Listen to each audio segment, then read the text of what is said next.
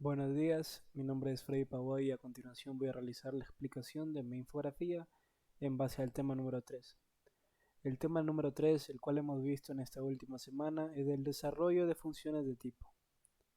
Ahora, dentro de esta infografía, para poder explicarlo de mejor manera, me he tomado el tiempo de dividirlo en tres partes básicamente, en los tres tipos que se podría decir que hemos visto en esta semana. Tenemos primero las funciones con nombre, luego las funciones anónimas y por último las funciones de flecha. Estos tres son los tipos de funciones los cuales se nos han dado en la última semana y al igual que de la manera anterior, en la anterior tarea, pues la infografía se encuentra dividida en cuatro partes, en el que es el cuándo, el por qué y el cómo. Vamos a ir avanzando una por una. Comencemos con las funciones con nombre. ¿Qué son las funciones con nombre? Pues tal y como su nombre lo dice, son funciones con un nombre ya definido, las cuales pueden ser llamadas por ese dicho nombre. Siempre voy a ir tomando acá como ejemplo, como referencia el último ejemplo para que se pueda entender mejor. En este caso tenemos un function, que es la forma de darle a entender a nuestro código que va a ser que vamos a crear una función. Es una palabra clave y al lado tenemos el nombre de dicha función. En este caso el ejemplo es addNumbers, ese sería el nombre de la función y de esa manera podemos llamar a la función que queremos. ¿Cuándo se utiliza este tipo de funciones? Pues se utiliza para definir una función que se utilizará en varios lugares de nuestro código. Es decir, podemos llamar varias veces esta función de acuerdo a su nombre y la podemos llamar en distintos lugares. ¿Por qué se utiliza este tipo de función? Pues son útiles cuando quieres reutilizar una función en múltiples partes, tal y como lo nombré anteriormente.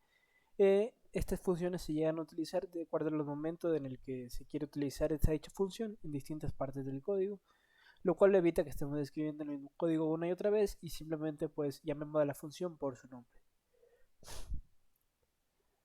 Pero esto también nos generaría hosting, lo cual ya voy a explicar más adelante. Ahora, ¿cómo se utiliza esta función? Pues tenemos el ejemplo en la parte de acá. Voy a hacer un poco de zoom para que se pueda ver mejor. Pues tenemos como tal aquí un ejemplo en el cual creamos una función, en el cual agregamos un nombre, le queda una función con un nombre, y en el cual simplemente le damos unos parámetros, los cuales son de tipo número, y la función va a retornar un número. En este caso simplemente es la suma de dos números, 1 y 2, entonces el retorno sería 3. Ahora, avancemos a lo que sería el siguiente tipo de función visto en la semana. Tenemos lo que son funciones anónimas, y lo que es más recomendable que funciones con nombre. ¿Qué son las funciones anónimas? Pues son funciones sin un nombre. A diferencia de la anterior, en este caso no tenemos un nombre a la función, sino que se le asigna esta función a una variable. Es lo que más a menudo normalmente se hace. En este caso, para poder mostrarlo en el ejemplo, pues aquí tenemos let addNumbers es igual a function. Ustedes dirán, pero si addNumber es igual que lo de arriba, ese debería ser el nombre. Pues no, en este caso este es el nombre de la variable. La función no tiene un nombre. Este es el nombre de la variable y a la variable se le asigna la función. ¿Cuándo se utilizan las funciones anónimas? Pues las funciones anónimas se utilizan para realizar normalmente tareas específicas que no se van a reutilizar en otros lugares. Este sería el caso en el que más se utilizan. ¿Por qué se utilizan sobre otras? Pues en este caso reduce la contaminación de espacio de nombres. Al no introducir nombres de función adicionales, significa que no le estamos poniendo un nombre a cada función a cada rato, entonces evitamos ese tipo de contaminaciones. Y aquí notamos algo muy importante, lo cual se nos explicó en clases, que es que evitamos el hosting como tal. ¿Qué es el hosting? Puedes evitar que la función se precargue antes de nosotros correr el código. En este caso, en la función con nombre, el código ya está precorrido, si se podría decir de alguna forma, entonces estamos consumiendo recursos. En este caso, pues simplemente la función va a ser corrida una vez que el código se compile. Y de esa manera evitamos el hosting. Tercer y último tipo de función visto en clases, funciones de flecha. Perdón, me olvidé de explicar cómo funciona, cómo se usa, perdón, las funciones anónimas. En este caso, tal y como lo expliqué antes, tenemos una variable a la cual se le asigna una función y hace exactamente lo mismo que en la parte de acá arriba. Se le dan dos parámetros de números y esto simplemente retorna una suma, un número como tal. En este caso, como lo nombré anteriormente, la función se encuentra asignada dentro de una variable y la función como tal no tiene un nombre. Ahora avanzando al siguiente tipo de función visto en clases, tenemos las funciones de flecha. Las funciones de flecha. ¿Qué son las funciones de flecha? Pues las funciones de flecha son creadas como tal para tener una sintaxis concisa. ¿A qué nos referimos con esto?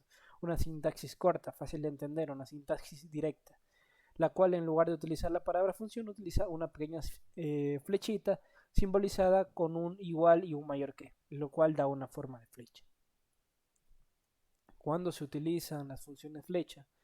Pues cuando se desea utilizar una función simple y concisa, básicamente, es decir, cuando queremos usar funciones cortas de una sola expresión. ¿A qué nos referimos con de una sola expresión? Pues que normalmente son de una sola línea o son bastante cortas. Entonces, en estos casos en los que se recomienda usar una función flecha. ¿Por qué se usa? ¿Por qué se usan las funciones flecha? Pues se usa para escribir código más limpio y legible. ¿Por qué sería más limpio y legible? Porque utilizamos menos líneas de código en escribir este tipo de funciones, especialmente en situaciones donde las funciones son más simples. En este caso, como tal y lo habíamos dicho acá arriba, de una función simple, de una función que simplemente suma dos números y retorna un número, una suma. En este caso es un ejemplo perfecto en el cual se puede usar una función de flecha o arrow function en inglés, en el cual pues aquí estamos declarando una variable que va a tener una función, y en este caso en vez de usar la palabra function, aquí como pueden ver se elimina, bueno aquí podemos ver más claro, se elimina, aquí ya no es igual a function, se elimina es igual a function y simplemente se pone igual, se declaran los parámetros y utilizamos de aquí el simbolito de flecha que podría ser un igual o mayor que, en este caso se encuentra visto como una flecha más simbólica, pero es un igual y mayor que, y se pone el retorno de dicha función. No se utiliza la palabra return, pero se sobreentiende que al usar la función flecha lo que está aquí sería el retorno, que sería la suma de los parámetros x y y. En este caso, como se puede ver, en vez de utilizar dos líneas de código, o hasta tres se podría decir si contamos el corchete, pues se utilizarían solamente una sola línea de código. Eso sería básicamente cómo se utiliza, y esos serían los tres tipos de funciones vistos la última semana. Tenemos, repito nuevamente, funciones con nombre, funciones de las que se le asigna un nombre directamente al lado de la función, funciones anónimas, las cuales son funciones sin nombre, que normalmente se asignan a variables o se encuentran guardadas dentro de variables, y las funciones flechas, que son para hacer una sintaxis más concisa y fácil de entender. Eso sería todo, muchas gracias.